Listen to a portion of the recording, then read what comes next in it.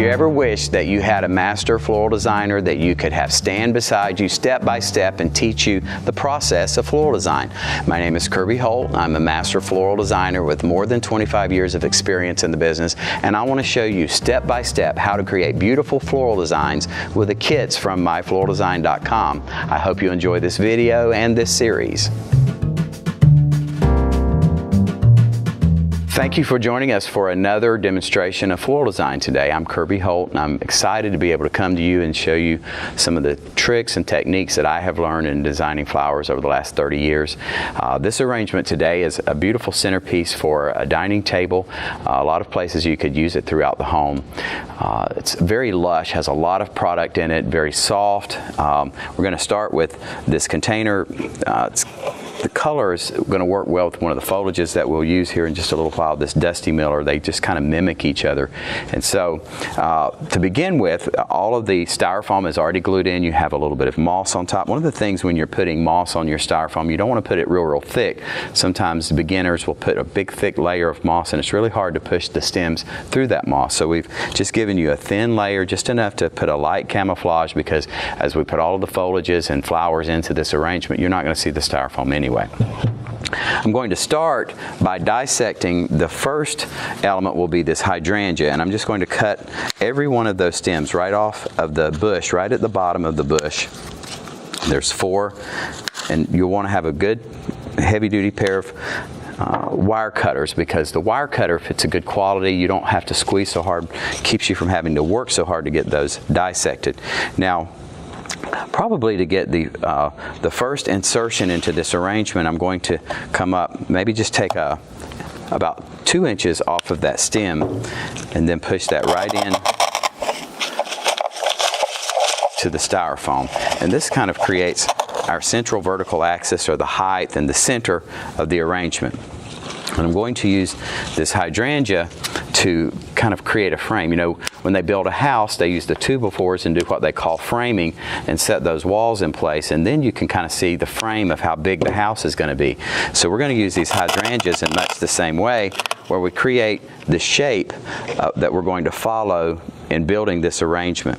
Again, I'm going to take just a little bit of that stem off, maybe a little over an inch. I just want to be able to put these in so that they follow around. We're creating the frame here, and it's going to be about the size of half of a beach ball. So that, as we're creating this frame with the hydrangea, we want to just kind of keep that in mind for size as we place these flowers in. This one I'm going down just a little bit closer to the edge of the container, but still following that frame out that we're trying to follow through with. I'm just cutting all of these stems just above where they joined. This had 2 stems of flowers on it, and I just cut one off, and that whole thing's about maybe a foot long. This one I'm going to place in just so that we're following that line. And I believe this is the last of the hydrangeas. I'm going to cut it a little bit shorter because I want it to kind of sit right in here between those 2. And notice I've got a little bit more hydrangea on this side than on this side. I don't want them placed too perfectly, because if we do that, then we lose some of the romance of the arrangement. Really, when flowers are growing in a garden, they kind of grow in clumps and clusters, so we don't want to evenly space everything too much. You want to have a little bit growing here, a little bit over here, and that way it looks more natural. And one of the things we want to do as floral designers is try to mimic in our arrangement the way things grow in nature. I still have one more that was kind of hiding over here, so I'm going to put it right in that space right there.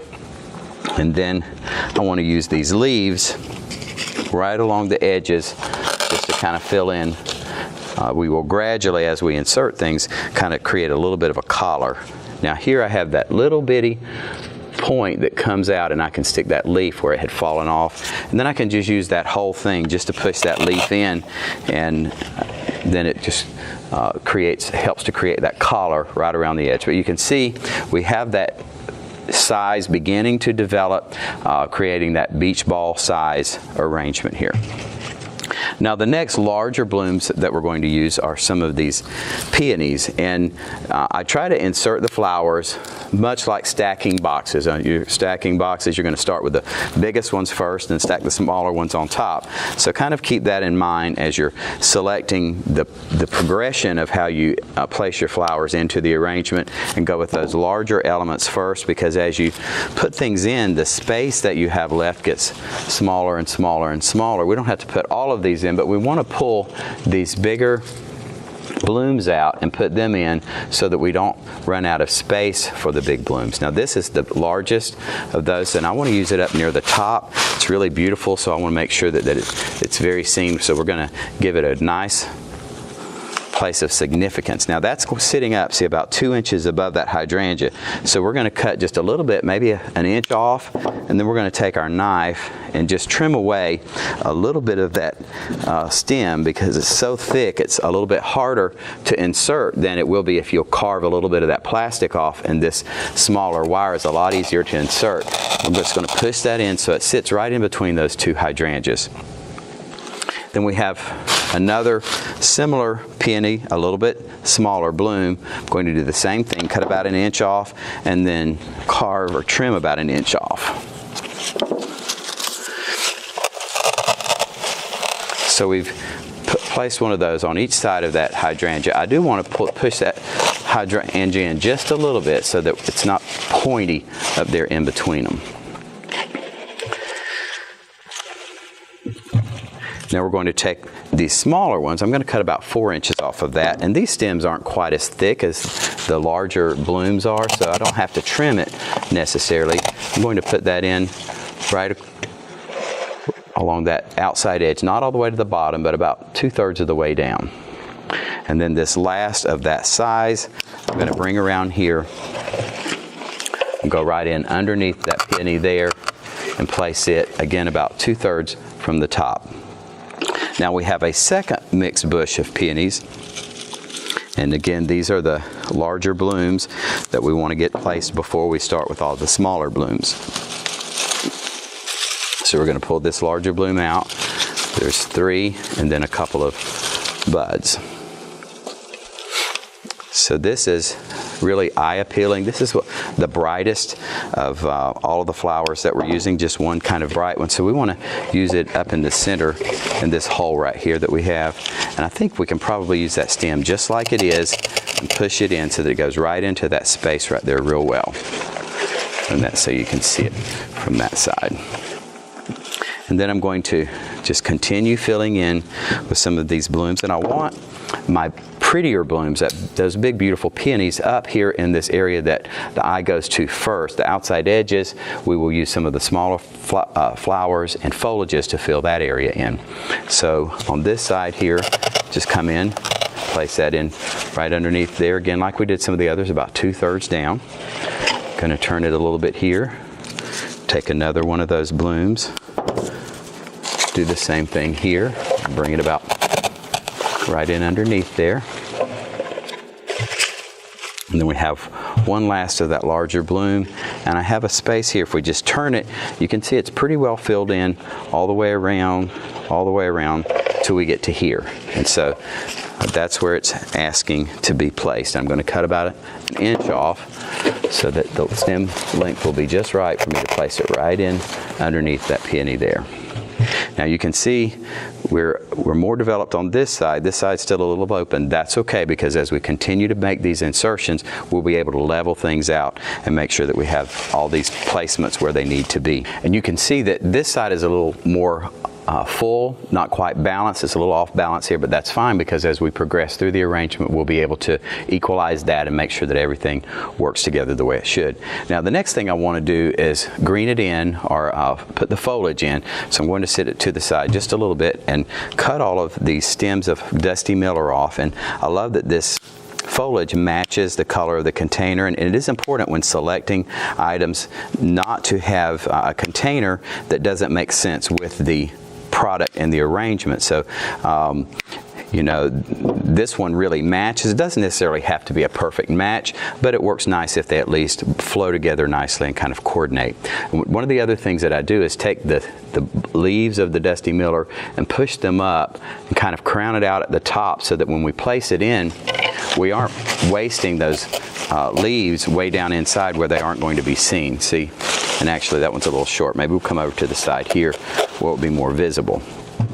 Those longer insertions at the very top, there are a few stems that the wires are just a little bit longer, and those are the ones we want to use near the top so that that foliage doesn't hide down inside the arrangement. Now that's better, so you can see that that foliage sits up where it should because we just went to a taller, longer stem. Most of these, though, we're going to put around the outside edges.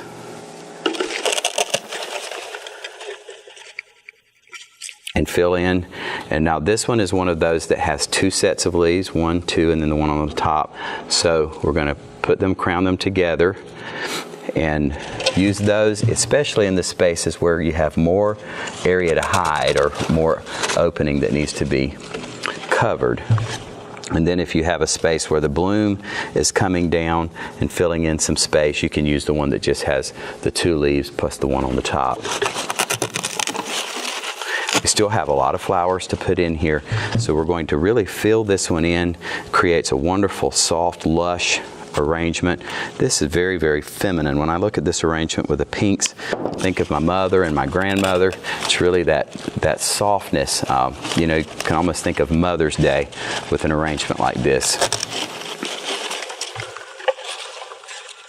How beautiful would that be in a home that is decorated with pinks? And pink are really kind of resurging as one of the colors for, they don't call it pink, they call it blush, and they may call it rose quartz, or all of the different designer names that we put on colors, but pinks are definitely on the upswing as far as one of the colors that we use in decorating again. And half of our, or actually a little more than half of our population is female, so while guys may not like all this pink, a lot of ladies do. So you can see as I have placed that foliage all around the edges, it's just helped to fill it in a little bit, create a little bit of laciness. This, the way the cut of these leaves is kind of almost reminds me of lace, and we get that effect just around the outside edges of the arrangement by placing them that way. Okay, so we haven't filled every space, but we've kind of filled in all around the edges. I'm going to take this one last piece and find a spot up in the arrangement, because I don't want all of it down around the bottom. I want some to come up into the arrangement too. Now the next placement we're going to do are these ranunculus, and we're going to cut those again all around the base of the bush and cut every one of the stems off of the bush. Sometimes, in fact, with the hydrangea, the peonies, those leaves were not something that could slide up and down the stem, but this ranunculus bush has a leaf that's attached in a way that you can just gently push it up and kind of bring those leaves right in behind the bloom, which will help us continue to fill in the space as we are filling in all of those little holes in the arrangement. Sometimes space in the arrangement is good, but the style of design that we're doing now, this kind of pillowing type of arrangement where you have the softness and everything is just covered evenly, you want to pretty much fill in all of the space. So that's what we're trying to do with this ranunculus, and by pushing that foliage up, it increases the visual value, and then it allows that brighter green to contrast nicely against these gray greens that we've used in the Dusty Miller.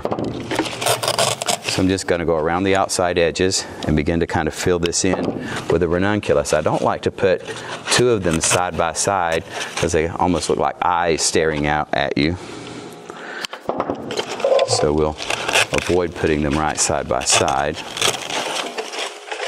You see all around the outside edges, just continuing to place those.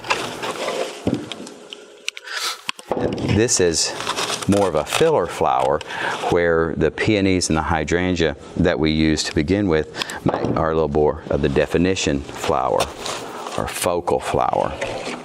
Focal flower meaning that's where the eye will go to.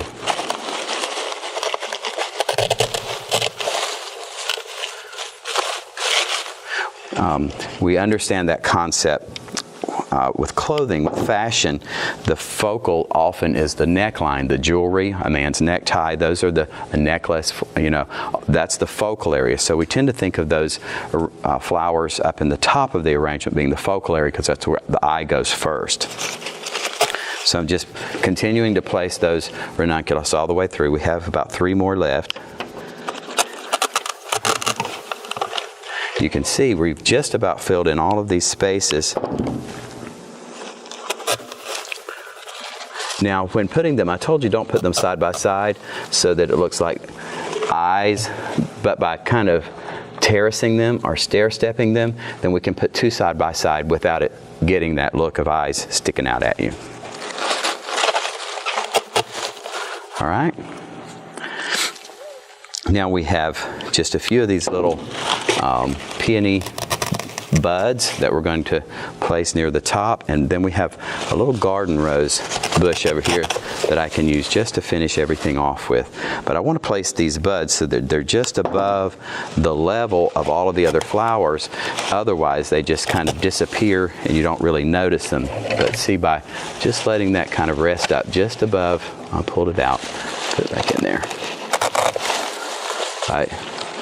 Letting that sit up just a level above, you bring attention to it and he doesn't hide down in there where he has no impact. I'm giving it, personalizing it, calling it a he, but it. All right, same thing here. So those buds just give a little bit of interest and keep it from being too even. You know how back in the 60s, the ladies would go to the beauty shop and they'd tease that hair out, hairspray it, and then pack it down. We don't want that helmet hair look. We want a little bit of unevenness going on there so it looks more natural. So I'm going to cut these little garden roses down. They're our last element that we're going to insert here.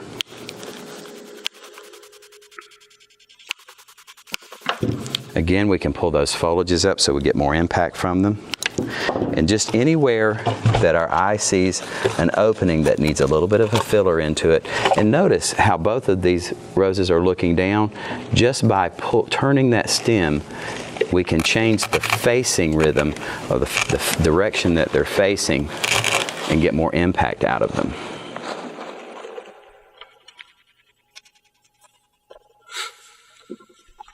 So we have another little space right here along the edge that we can use this little. You can hear that crunch as that stem goes into that styrofoam. You know it's catching when you hear it do that. All right, just cutting an inch or inch and a half off of most of these just so that they will rest right in along the edges and fill in those little final spaces that we have to fill in. Can just kind of move things around so that I don't have to use one there. It filled in nicely without it. There's a spot that needs one.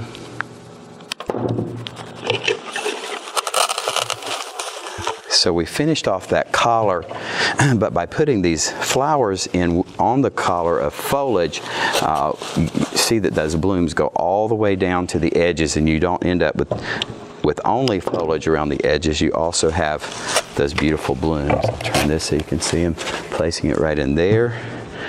And we have one last one. I think maybe the best place, there's a little hole right here. We'll fill it in. So for those final insertions, just kind of turn it. Your eye will tell you where those last few ones need to be so that you finish it off and create that really packed but very, very soft, romantic look on a beautiful centerpiece. Thank you for joining us today. I hope you've enjoyed this presentation. I encourage you to browse the library of arrangements and videos on our website, myfloraldesign.com.